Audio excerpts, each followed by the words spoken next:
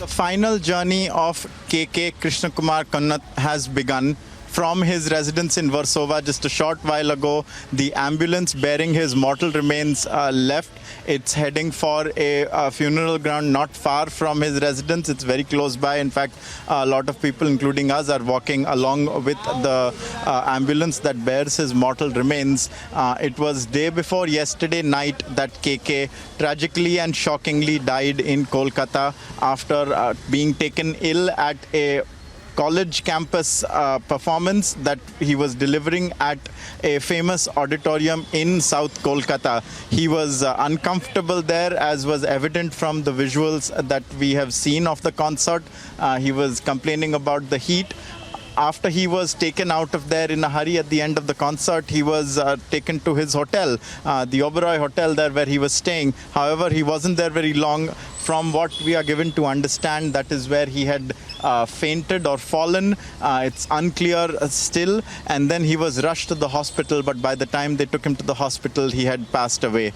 And his mortal remains were brought to his home in Mumbai at Warsaw yesterday evening. It was about at 8 o'clock when the mortal remains landed at the Mumbai airport from the cargo terminal. The ambulance brought it to his residence at Park Plaza here, where we have been since morning.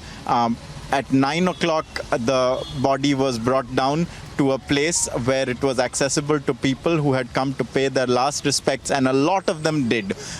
Initially, it was a lot of people who had collaborated with him well in the past. We spoke to some of them, people who had been part of KK's journey since he was a person who used to voice jingles. In fact, he voiced over 2,000 jingles. Then in the late 90s is when he really made a big breakthrough, and he sang a lot of the songs that have become part of the college and high school folklore here in India, that are regularly brought out at campus fests and intra-school and intra-college events.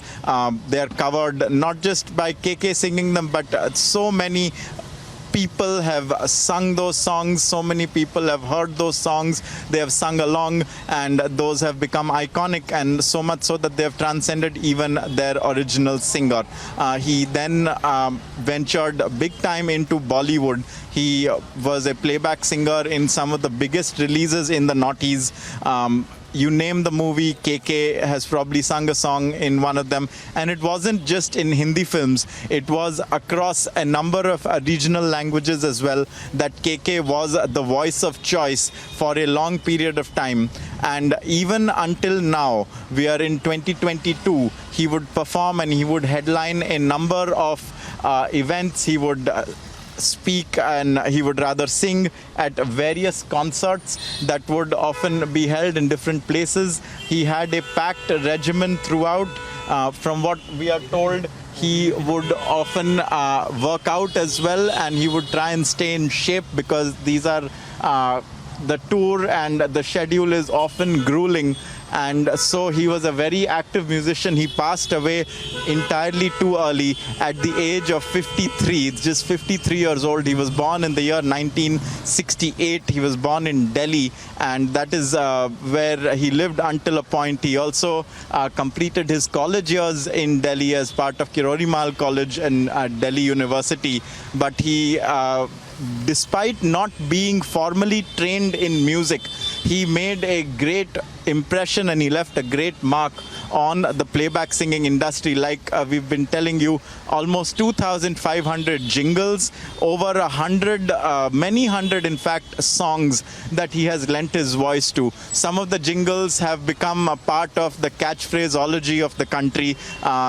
One still may not remember what was in the advertisement, or in fact what brand it was even about, but the jingles remain in our head, oftentimes playing on loop, and the same can be said about his songs as well. They are the stuff of legend in recent history in the music industry in India, and they are often sung. While we were here, we saw a number of people had come to pay their last respects. In fact, waiting for the ambulance to finally depart for the last journey, where the likes of Anu Malik, the singer Abhijit, and a number of other people who were also present. Ashok Pandit, filmmaker and Kashmiri Pandit activist, was also present at his residence, and there was a lot of also fan following that was outside as well when KK was being paid respects to. We spoke to one of his fans who had never met KK in his life, but he felt as though he had met him because he has been growing up listening to his songs, and he in fact very beautifully sung a couple of songs for us. And it is a matter of fact almost that KK has gone down in the history of Indian playback singing as a person who sang some of the most iconic and soulful and best known, most loved, most remembered, most covered songs that we know. The likes of Pal, Yaaron, Alvida. These are all songs that everyone has grown up listening to. Like we've been saying, they have oftentimes transcended him also in most college fests in India or in most gatherings. In a lot of the time when you have these picnics when someone has a guitar and they've brought it along and other people sing a chorus along with it, it is KK's songs that they are oftentimes singing. We know all the lyrics as well. That's how popular KK, his music had become, and why it is such a shocking thing that he has died so suddenly. Insofar as the death goes, there still remain a number of question marks. For instance, what was the situation at the Nazrul Manch Auditorium in Kolkata, where 2,400 people is the allowed capacity? There were more there. Was the air conditioning there sufficient to take the load of the additional crowd? Were all the gates closed? And we believe they weren't, because there was a fire extinguisher leak that had also taken place, and so there is a likelihood that some of the gates there had to be opened, which would have further decreased the potency of the air conditioning on the spot. We have now reached the crematorium, but also late last evening we got the first inputs on what the autopsy of KK has revealed, and the preliminary inputs indicate that it was a myocardial infarction that had taken place, essentially a heart attack that he had suffered. In which case, if that is what had happened to him, the most important thing in that situation is for the person, the patient, to be rushed to an emergency care facility as fast as possible. And in that sense, it is also very likely that the delay in taking him to the hotel rather than the hospital straight away could have proved extremely detrimental.